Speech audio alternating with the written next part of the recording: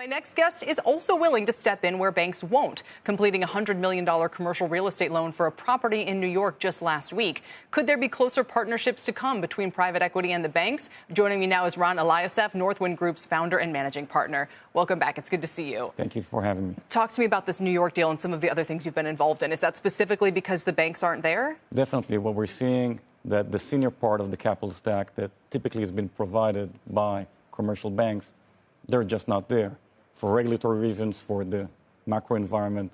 So we've been stepping up lending significantly and actually providing note-on-note financing, A-note financing. This deal we just closed, we provided an A-note on a pretty large hotel, 800 keys, that's been converted from a vacant hotel post-COVID into a multifamily building. Wow.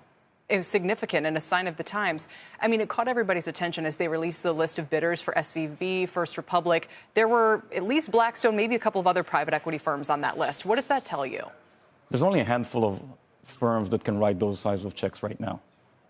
And most of those loan pools haven't really traded because of it. The biggest discussion is what is the discount rate that they will buy those pool of loans that sit in those banks. Right, absolutely. The larger question, and some have raised this, is whether there would be synergies between private equity and regional banks in general going forward, right? If they said, okay, regional banks have maybe a deposit funding problem, could they package loans? Like, they're good at originating loans, right? They are on the ground, they have close relationships, but maybe on the deposit side, over time, they lose out to the bigger banks.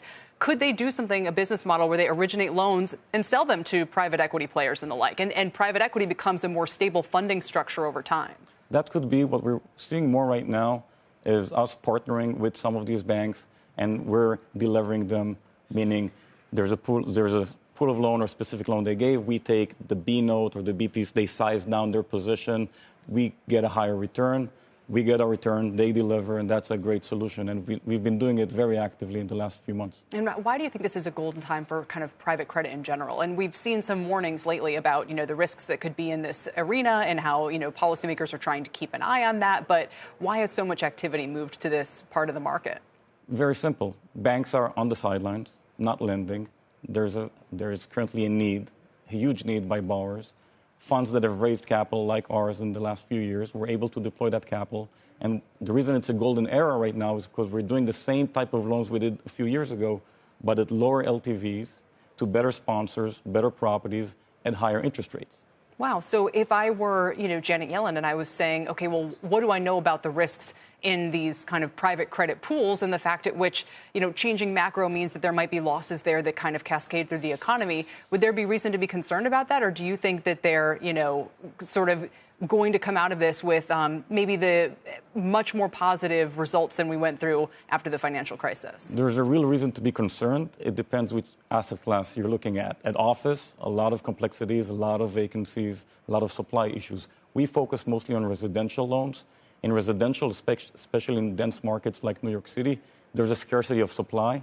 That's usually a good thing. It's a healthy thing. Actually, we think the city needs to create much more supply in order to meet the demand. That's why we're seeing rents at all-time high. Absolutely. And even now, condo units, if you look at the for-sale condo markets, units are selling at a lower pace, but not at a reduced price. So we chose to focus on residential loans where we feel it's easier to underwrite the market. And do you feel comfortable in that positioning? I mean, how many more innings can we be in, right? If we know that maybe we're heading for a macro downturn, but you feel comfortable about the long-term, attractiveness there, could this still have another year, 2 years, 3 years of a bull market, so to speak, to play out? Or what do you think? I think it's the opposite of a bull market right now.